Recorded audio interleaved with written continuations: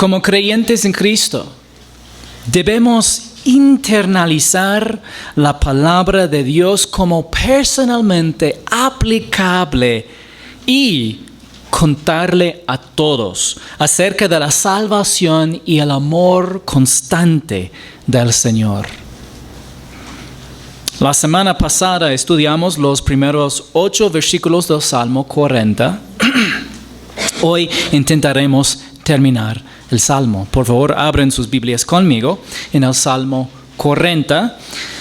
El encabezado dice para el director del coro Salmo de David. Brevemente vamos a repasar los primeros 8 versículos que estudiamos la semana pasada. Por esta razón no hay nada para llenar en los primeros puntos de la hoja.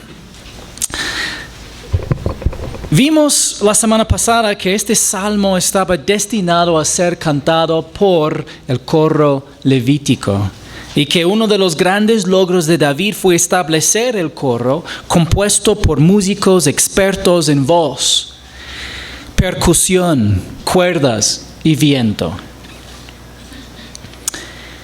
El versículo 1 comienza diciendo: esperé pacientemente al Señor, y Él se inclinó a mí y oyó mi clamor. Durante una prueba en su vida, David esperó pacientemente al Señor y confió activamente en Él a través de la oración. Me sacó del hoyo de la destrucción, del lodo cenagoso, asentó mis pies sobre una roca y afirmó mis pasos. El Señor rescató a David del daño y lo bendijo con una relativa seguridad temporal. Puso en mi boca un cántico nuevo, un canto de alabanza a nuestro Dios. Muchos verán esto y temerán y confiarán en el Señor. David respondió a la oración contestada con un cántico de alabanza y su testimonio inspiró a otros a confiar también en el Señor. Cuán bienaventurado es el hombre que ha puesto en el Señor su confianza y no se ha vuelto a los soberbios ni a los que caen en falsedad. Aquellos que ponen su confianza en el Señor disfrutan,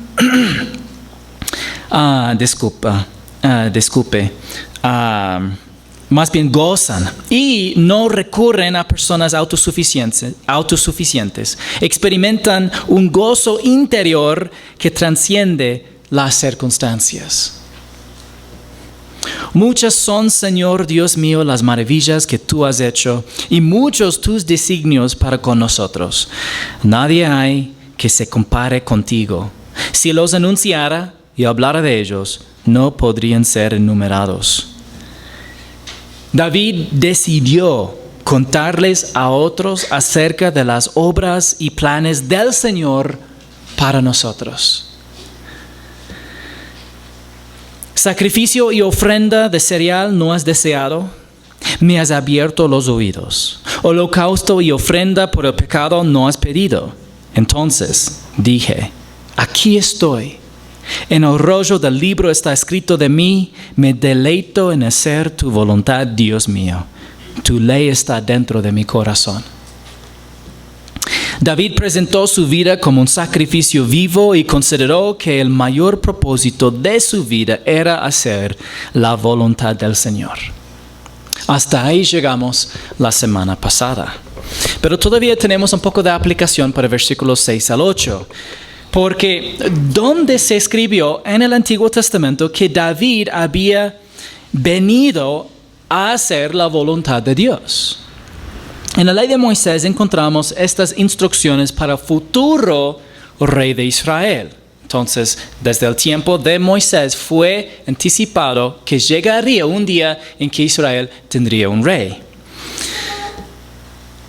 Deuteronomio 17, 18 al 20 dice: y cuando él se siente sobre el trono de su reino, el futuro rey de Israel, escribirá para sí una copia de esta ley en un libro, en presencia de los sacerdotes levitas.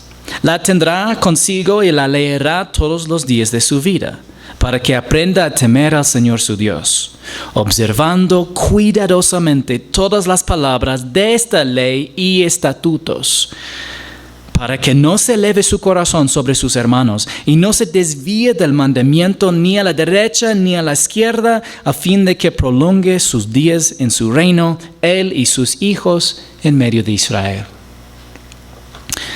Observe que Moisés instruyó al futuro rey de Israel que escribiera a mano su propia copia de los primeros 5 libros de la Biblia. ¿Qué tal un deber así para aprender mejor la Biblia? Escribir tu propia copia a mano.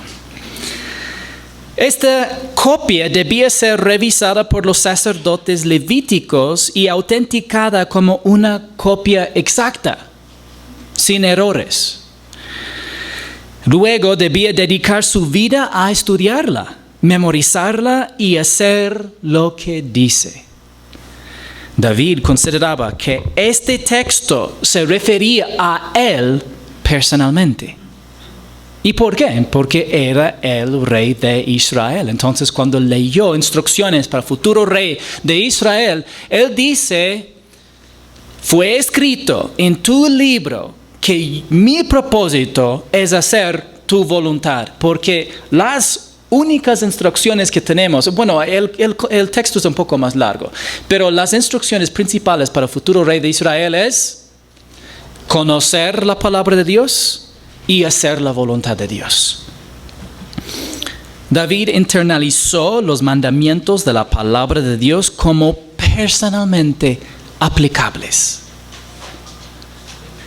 Y debemos tener la misma actitud al leer las epístolas del Nuevo Testamento. Debemos decirnos, esto se refiere a mí. Debemos interiorizar estas verdades.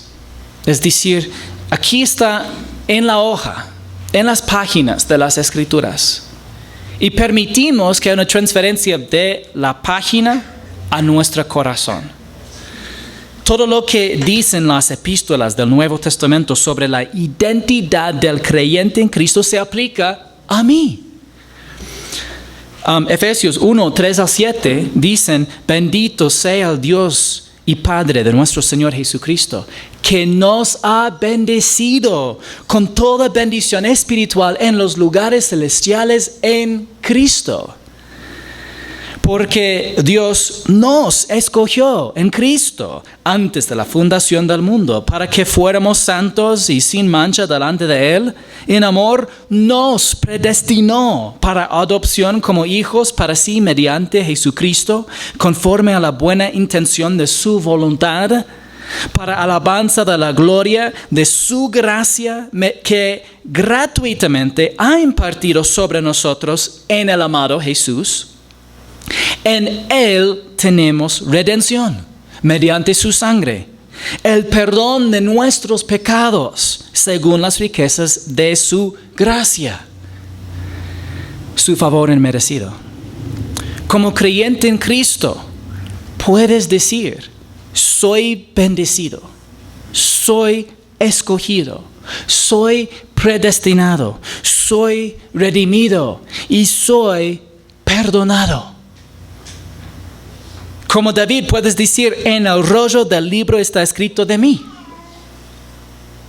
Ahí, en Efesios, está escrito de ti, está escrito de mí. Todo lo que dicen las epístolas del Nuevo Testamento sobre también el plan de Dios para los creyentes en Cristo, también es cierto para mí y para ti.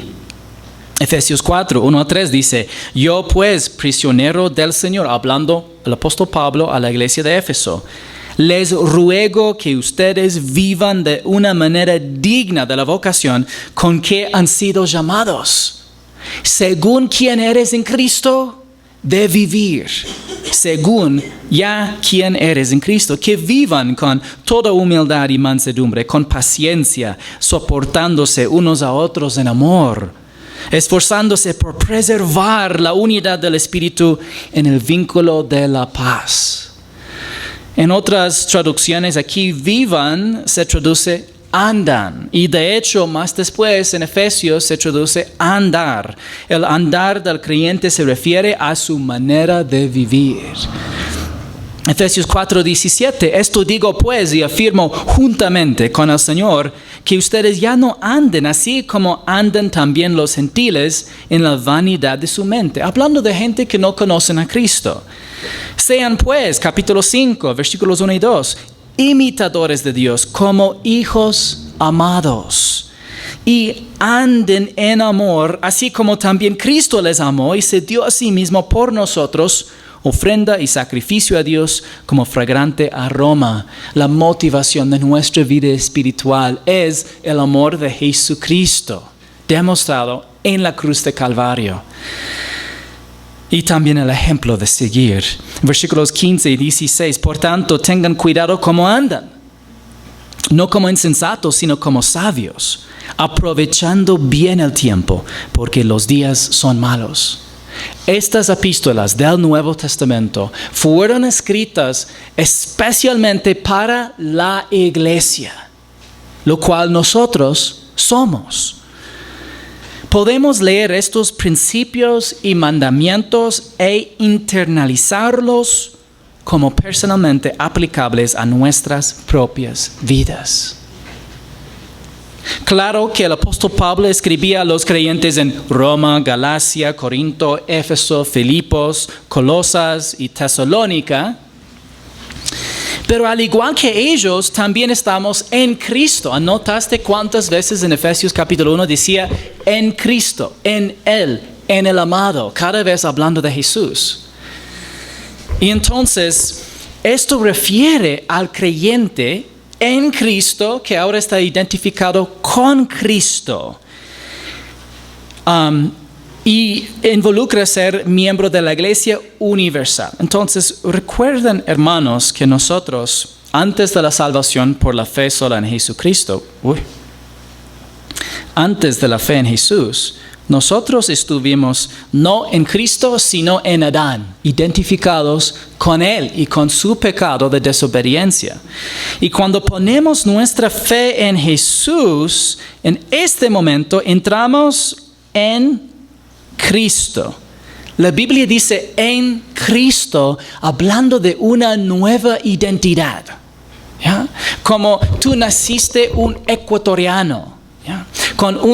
Y después podían sacar una cédula de identidad que hizo referencia a esa identidad que ya tienes. De la misma manera nosotros nacemos de nuevo, pero ahora en la familia de Dios, aquí en la familia de Dios, pero también en Cristo, con una identidad ligada permanentemente a Jesús. Y así como estamos en Cristo, también somos parte de la Iglesia universal. Y entonces, las cartas que fueron escritas a las iglesias también son para nosotros, porque somos también en Cristo, como los Efesios y los Corintios y los de Tesalónica. Ellos todos fueron parte de la Iglesia universal, nosotros también. Entonces, aunque no fue escrito a la Iglesia Bíblica de la Esperanza Bienaventurada, alguna carta por el apóstol Pablo, pero todavía fue escrita a nosotros porque nosotros somos en Cristo. Y eso hace que las epístolas del Nuevo Testamento sean especialmente aplicables a nosotros. Y claro que no toda la escritura fue escrita para la iglesia y por lo tanto tiene una aplicación limitada para nosotros. Todavía hay alguna aplicación que podemos hacer de muchos pasajes de las escrituras, pero una aplicación limitada basada en para quién fue originalmente escrito. Por ejemplo, las promesas nacionales a Israel no se aplican a nosotros. Les voy a dar un ejemplo súper popular y común. Jeremías 29, y comúnmente leen solamente el versículo 11, pero vamos a leer 11 al 14, dice aquí. Porque yo sé los planes que tengo para ustedes, declara el Señor. Planes de bienestar y no de calamidad, para darles un futuro y una esperanza. Y qué versículo tan lindo, ¿no? Ustedes me invocarán y vendrán a rogarme, y yo los escucharé. También qué lindo versículo. Me buscarán y me encontrarán cuando me busquen de todo corazón. Me dejaré hallar de ustedes, declara el Señor, y restauraré su bienestar y los reuniré de todas las naciones y todos los lugares a donde los expulsé, declara el Señor, y los traeré de nuevo al lugar desde donde los envié, al destierro. Entonces, ¿qué planes tiene el Señor para quién en Jeremías 29:11? Planeaba el regreso del pueblo judío de todos los lugares a donde los había expulsado. Este es lo que significa Jeremías 29:11. Realmente no tiene nada que ver contigo ni conmigo. Literalmente nada, porque ni los planes, en el contexto dice directamente cuáles fueron los planes del Señor. Y fueron para el regreso de Israel a su tierra ancestral. Ahora, si se cita este versículo, es importante indicar siempre que se refiere a Israel. De lo contrario, se estarían robando las promesas de Israel. Podemos decir, así como Dios tiene planes para Israel, también tiene planes para nosotros. Y tal como Dios es fiel para cumplir sus planes para su pueblo de Israel, es fiel de cumplir sus planes para nosotros. Pero si no lo aclaramos, estamos tergiversando la palabra de Dios. Hay innumerables ejemplos más del Antiguo Testamento que debemos tener cuidado de no tergiversar. Y yo sé que no es con la intención de tergiversar las escrituras que muchas veces se citan este versículo, pero realmente es lo que estamos haciendo si no aclaramos qué realmente significa y también cuál es la aplicación verdadera para nosotros. Si es del Antiguo Testamento y si tiene que ver con Israel, la aplicación para nosotros es limitada. Generalmente refleja un principio o una observación acerca del carácter de Dios más que alguna cosa específica prometida para nosotros. Porque en el Antiguo Testamento más encontraremos promesas para el pueblo de Israel. El autor de Hebreos citó las palabras de David en Salmo 40, versículos 6 al 8, y las atribuyó a Jesucristo. Leemos en Hebreos 10, 1 al 4 para introducir el tema. Pues ya que la ley solo tiene la sombra de los bienes futuros y no la forma misma de las cosas, nunca puede, por los mismos sacrificios que ellos ofrecen continuamente, año tras año, hacer perfectos a los que se acercan. De otra manera, no habrían cesado de ofrecerse, ya que los adoradores, una vez purificados, no tendrían ya más conciencia de pecado. Pero en esos sacrificios hay un recordatorio de pecados año tras año, porque es imposible que la sangre de toros y de machos cabríos quite los pecados. Hablando de los sacrificios de la ley de Moisés. Los sacrificios de animales de la ley de Moisés eran simplemente sombras que apuntaban a Jesucristo. La realidad sólida era Jesús, quien fue el único sacrificio perfecto por los pecados del mundo. Los sacrificios mostraban a las personas que eran pecadoras. Por eso decía conciencia de pecado, año tras año. Y les también mostraba que la paga del pecado es la muerte, porque tuvo que morir el sacrificio. Y que un sacrificio inocente era necesario para resolver el problema del pecado.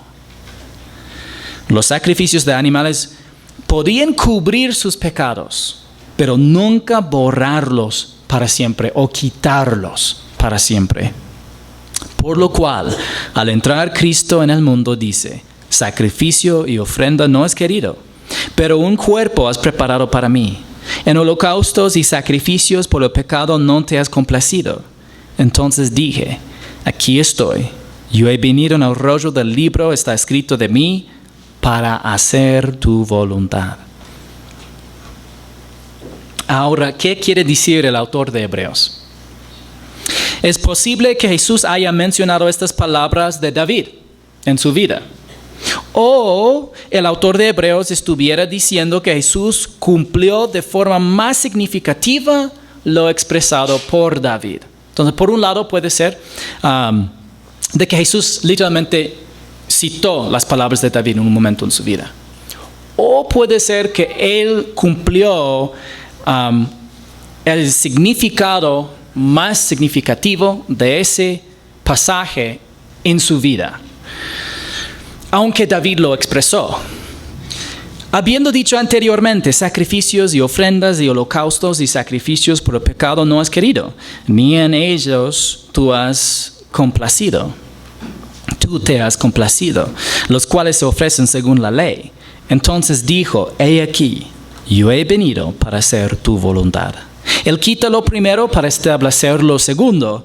Por esa voluntad hemos sido santificados mediante la ofrenda del cuerpo de Jesucristo ofrecida una vez para siempre. Jesús quitó los sacrificios levíticos y estableció la santificación posicional de los creyentes, que era la voluntad del Padre. Él quitó los sacrificios levíticos. Y todo aquel que pone su fe únicamente en Jesucristo es santificado posicionalmente ante los ojos de Dios. Santificado posicionalmente ante los ojos de Dios. Y tal vez pregunta, ¿qué significa una santificación posicional? Bueno, buena pregunta. Hay 3 etapas de salvación. Ustedes han aprendido en el pasado que hay una justificación, que es el término teológico para salvación de la pena del pecado. Hay una salvación del poder de pecado que también se llama santificación, aunque progresiva. Y también hay glorificación, que es salvación de la presencia del pecado. Desde el momento que ponemos nuestra fe en Jesucristo, ya tenemos una justificación legal y estamos garantizada una futura glorificación.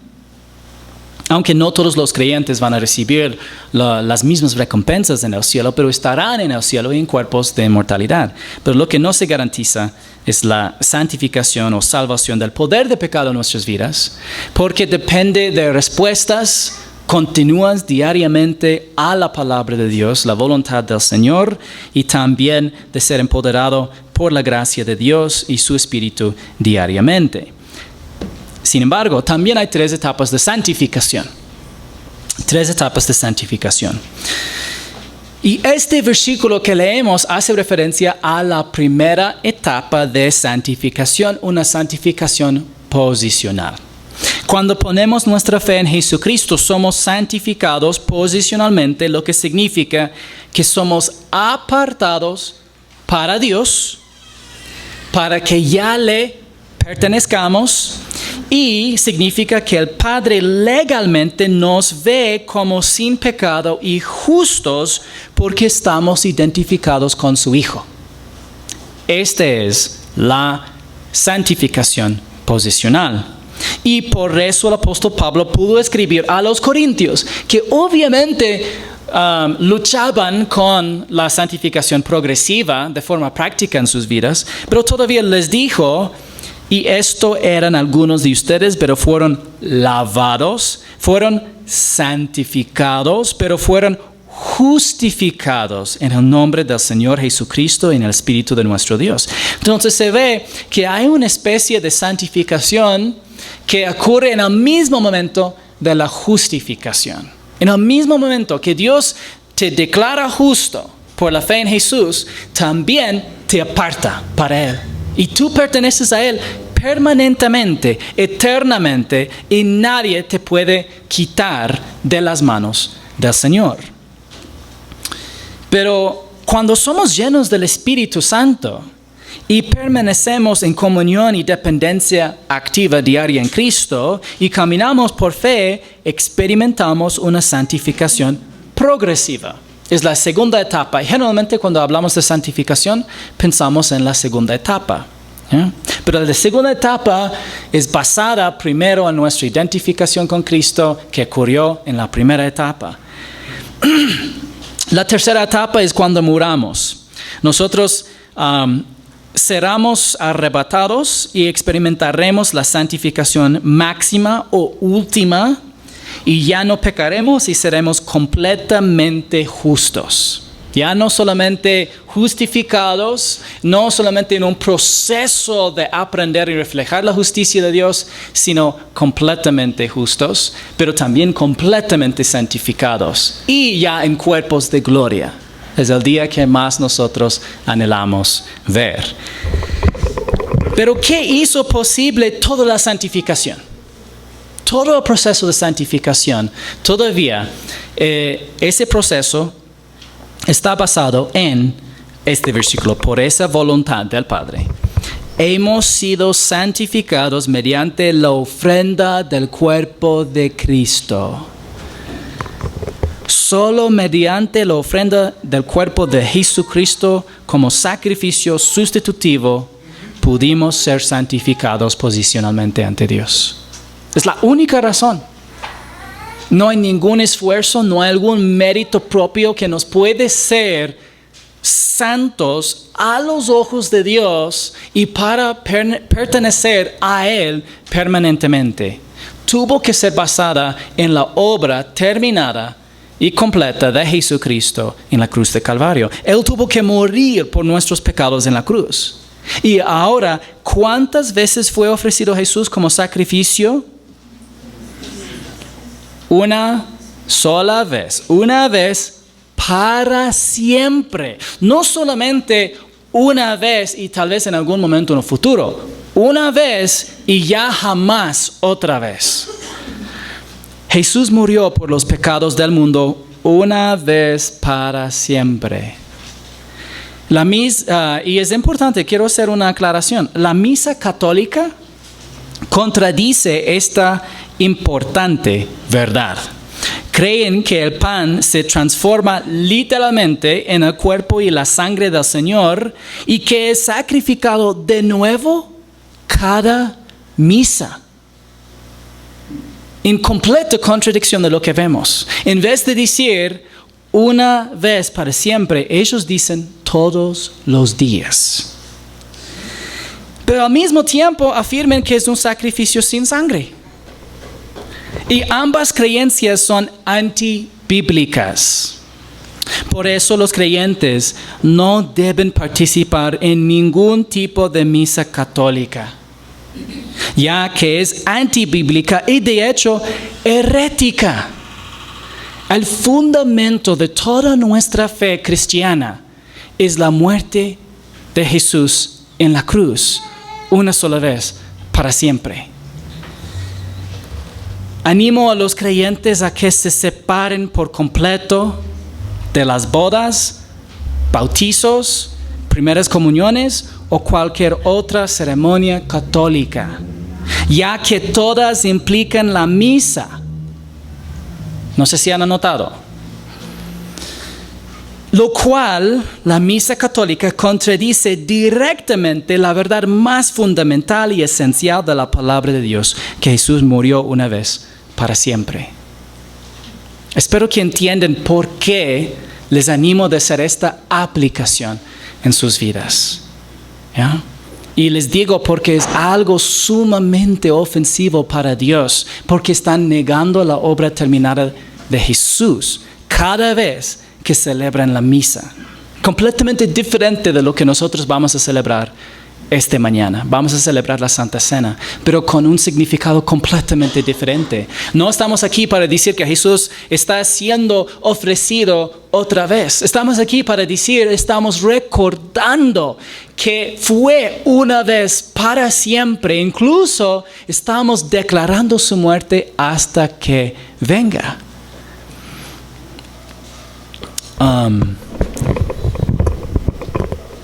quien cumplió perfectamente la voluntad del Padre. Y vemos en nuestro Señor y Salvador al único ser humano que cumplió perfectamente la voluntad del Padre, incluso con el mayor sacrificio personal. Lucas 22, 41 y 42 dicen: y se apartó de ellos como a un tiro de piedra, y poniéndose de rodillas oraba diciendo: Padre, si es tu voluntad, aparta de mí esta copa, pero no se haga mi voluntad, sino la tuya. Si bien David consideraba que el mayor propósito de su vida era hacer la voluntad de Dios, el mayor ejemplo de ello es Jesús. Bueno, David continuó escribiendo: he proclamado buenas nuevas de justicia en la gran congregación. No refrenaré mis labios, oh Señor, tú lo sabes. Cuando David tenía la oportunidad de hablar en público, siempre compartía la feliz noticia de la liberación. Y lo siento, hermanos, porque esto fue la manera que fue traducir este pasaje en inglés, y después ya vi en español que están las buenas nuevas de justicia. Pero dame anotando nomás buenas nuevas de justicia, ahí mismo donde tienen la hoja. Las buenas nuevas de justicia.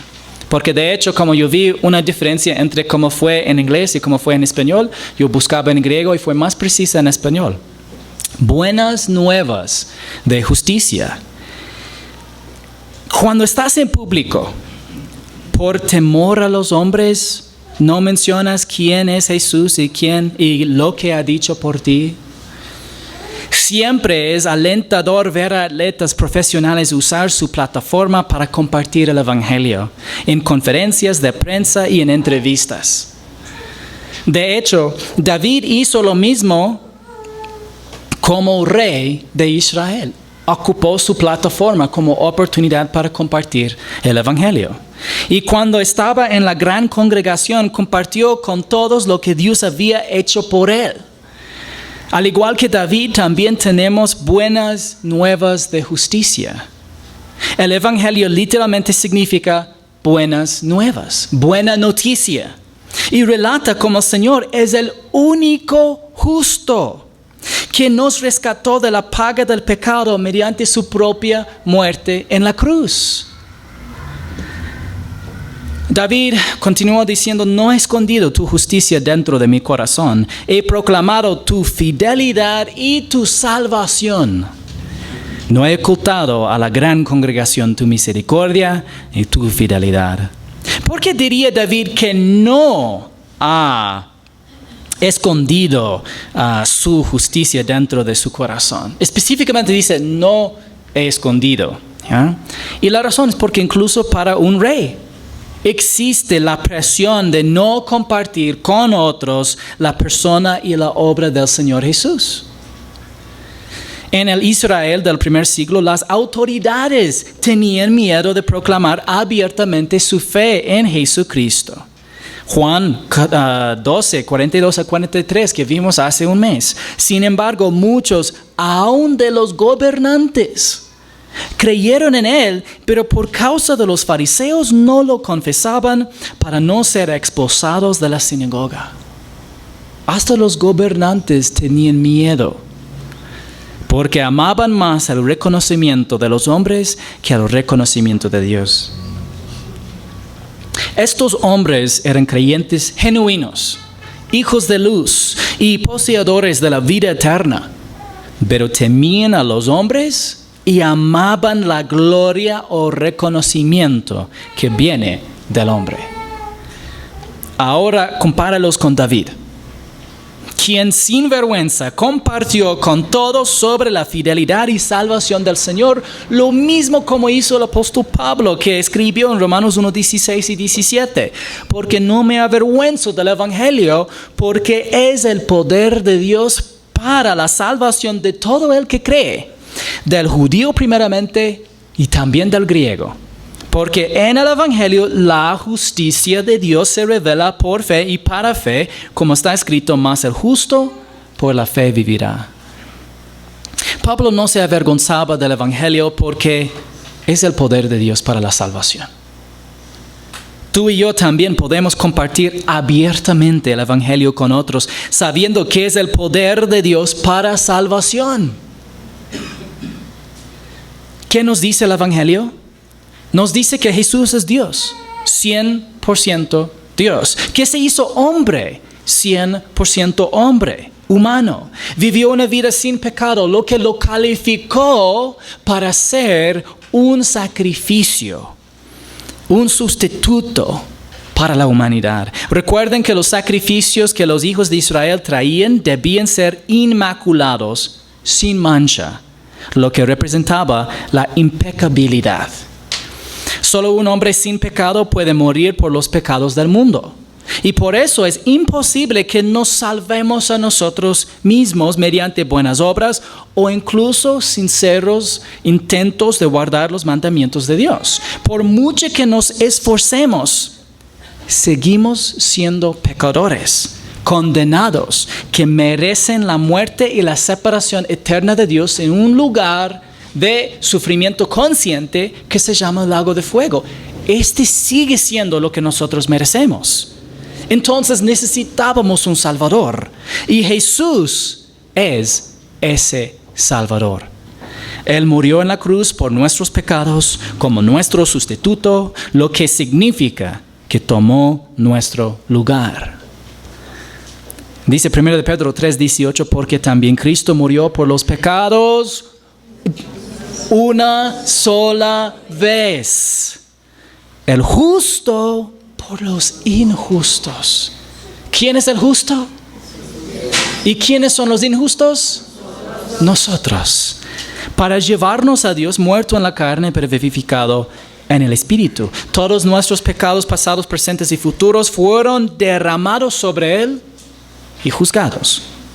Él exclamó, consumado es, porque cumplió la voluntad del Padre, cumplió las Escrituras y nos dio salvación y redención de una vez por todas. Porque resucitó al tercer día, ahora ofrece vida eterna y salvación del infierno a todo aquel que simplemente ponga su fe solo en Jesucristo, confiando en Él y en lo que hizo en la cruz para salvarnos. Es la razón que no podemos confiar en nadie más que solo Jesús. Y la razón es porque para confiar en Jesús y en otro a la vez es de no confiar en Jesús, porque es de no creer lo que Él dijo cuando dijo consumado es. Él dijo que hizo 100% de lo necesario para salvar a la humanidad. De decir que necesito creer también en alguna otra persona es de decir que Jesús fue mentiroso, que no fue terminado en la cruz, fue la mayoría de la obra hecha y dejada un poquito para nosotros. Pero no queda nada para agregar a lo que hizo Jesús en la cruz, y obviamente no podemos quitar nada de lo que hizo en la cruz. Solamente podemos decidir si nosotros vamos a confiar en Jesús, quién es Él, que Él es Dios, que se hizo hombre, y qué hizo por nosotros, que murió como nuestro sustituto para darnos una salvación gratuita comprada por su sangre en nuestro lugar. Y Efesios 2, 8 y 9 dicen, porque por gracia ustedes han sido salvados por medio de la fe. Y esto no procede de ustedes, que la salvación no procede de ustedes, sino que es don de Dios. La salvación es un don de Dios. Y no por obras. La salvación no es por nuestras obras, para que nadie se gloríe. Porque si nosotros, si fuera posible para nosotros salvarnos mediante las buenas obras, es seguro que nosotros llegaríamos al cielo y diríamos, Dios, yo hice eso. Fue mi sacrificio, sudor y trabajo para llegar aquí. Y eso sería gloriarnos. ¿Ya? Pero nadie va a decir eso. La única cosa que diremos es, Señor, tú moriste por mí. Yo solamente confié en ti, porque tú es Él que me salvó. ¿Ya? Tú moriste por mí. Y lo único en lo que podemos gloriarnos entonces es la cruz de Cristo. David dijo, no he ocultado a la gran congregación tu misericordia. y tu fidelidad. ¿Qué es la misericordia? La misericordia proviene de la palabra hebrea hesed, que se ha traducido como amor constante, bondad, amor leal o amor inquebrantable, misericordia y bondad amorosa. Misericordia se refiere al amor fiel del Señor, basado en su propio carácter, que se expresa en la bondad hacia su pueblo. Su misericordia perdura para siempre. Era prácticamente el himno nacional de Israel. Leemos en 1 Crónicas 16, 34. Den gracias al Señor porque Él es bueno, porque para siempre es su misericordia. La nación de Israel cantó esas palabras cuando David erigió el tabernáculo en Jerusalén, cuando Salomón colocó el arca en el templo, cuando Josafat fue a la guerra, cuando Zorobabel y Josué pusieron los cimientos del segundo templo y a lo largo de todos los salmos. De hecho, David no ocultó a nadie el amor constante, la misericordia del Señor. Cuando tengamos oportunidades de hablar en público como David, no debemos ocultar el amor inquebrantable del Señor.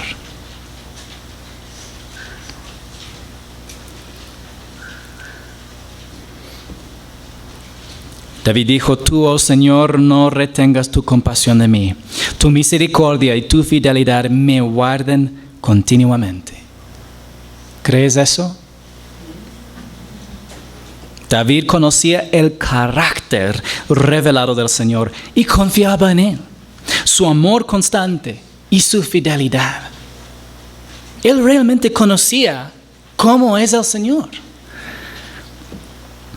Porque me rodean males sin número, mis iniquidades me han alcanzado y no puedo ver, son más numerosas que los cabellos de mi cabeza y el corazón me falla. ¿Algún momento has sentido así? Al igual que nosotros, David sufrió las consecuencias negativas de las malas decisiones y la angustia producida por el pecado.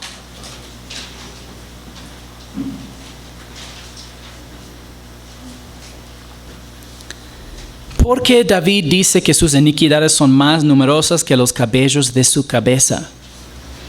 Bueno, se dicen que una persona promedio tiene entre 90,000 y 150,000 cabellos.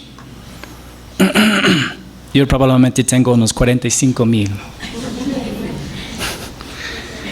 Moisés dijo que una persona promedio vivía hasta los 70 años en su época y hasta hoy en día es el promedio en general mundial. Solo tendrías que cometer 6 pecados al día para cometer más de 150,000 pecados en 70 años. David hizo una comparación lógica, muy lógica. Incluso alguien que peca muy poco ha cometido más pecados de lo que podría recordar. Por eso, sin la gracia de Dios, nadie se salvaría. Nadie. Si tus pecados son de la misma cantidad de cabellos en tu cabeza, no hay chance de salvarte a ti mismo mediante tus buenas obras.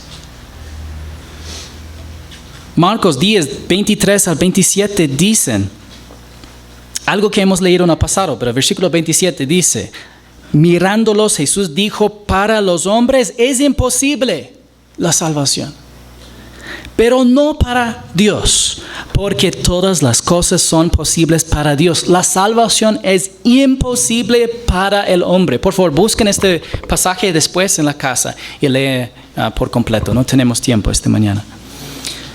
Solo es posible la salvación gracias a lo que Jesús hizo en la cruz. No se trata de que Él hiciera posible la salvación y que ahora tenemos que salvarnos nosotros mismos. Fue pagado en su totalidad en la cruz, así que no hay nada que podamos añadir ni quitar de su muerte y resurrección victoriosa. A partir de su alabanza, David procedió a hacer una súplica. Él dijo, ten a bien, oh Señor, libertarme. Apresúrate, Señor, a socorrerme. Sean avergonzados y humillados a una los que buscan mi vida para destruirla. Sean vueltos atrás y cubiertos de ignominia los que se complacen en mi mal.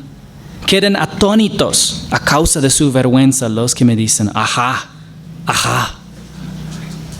David había pasado por una prueba difícil. Oró al Señor y se regocijó al recibir respuesta a su oración. Pero entonces enfrentó otra prueba. Al escribir este salmo, atravesaba una nueva prueba en su vida. Cuando David enfrentó una nueva prueba, volvió a recurrir al Señor.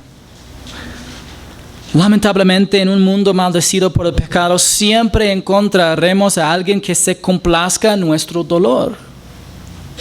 Hay un momento y un lugar para orar por la misericordia del Señor para nuestros enemigos y un momento y lugar para orar por su juicio. Incluso en la última carta del apóstol Pablo, en 2 de Timoteo, vemos eso.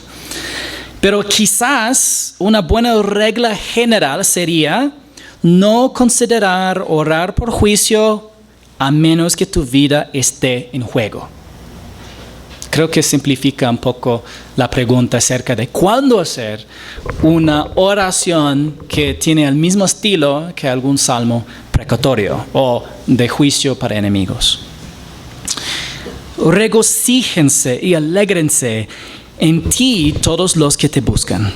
Que los que aman tu salvación digan continuamente, vamos a decir juntos, engrandecido sea el Señor. Buscar al Señor es sinónimo de responder a su revelación. Él es quien nos busca a través de su revelación en la creación, en la conciencia humana y en Cristo. Si lo buscamos, ¿qué encontramos en Él? Cuando buscamos al Señor, encontramos gozo y alegría en Él. Por cuanto yo estoy afligido y necesitado, el Señor me tiene en cuenta. Tú eres mi ayuda y mi libertador, Dios mío. No te tardes. David se relacionó con el Señor personalmente, refiriéndose a Él como mi ayuda, mi libertador y Dios mío. David valoraba la gran congregación y la meditación solitaria en las vigilias de la noche. Pero yo creo que en el tiempo que pasaba a solas orando, profundizó su relación personal con el Señor. Hermanos, hemos visto en el pasado en otros salmos, David valoraba la congregación, como dijo el hermano en su bienvenida. Pero también, cuando profundizó su relación con el Señor, también era en la soledad en su oración. Hermanos, no pierdan el tiempo de la oración en las vigilias de la noche o en las primeras horas de la mañana para hablar a solas con el Señor, para conocerlo mejor. Al sumergirnos en los pensamientos y emociones del salmista, podemos vernos reflejados. ¿No es cierto? Al mismo tiempo, en la imagen podemos ver algunas cosas diferentes. Siendo honestos, no nos relacionamos con el Señor tan íntimamente como el salmista, ni comprendemos su carácter tan bien.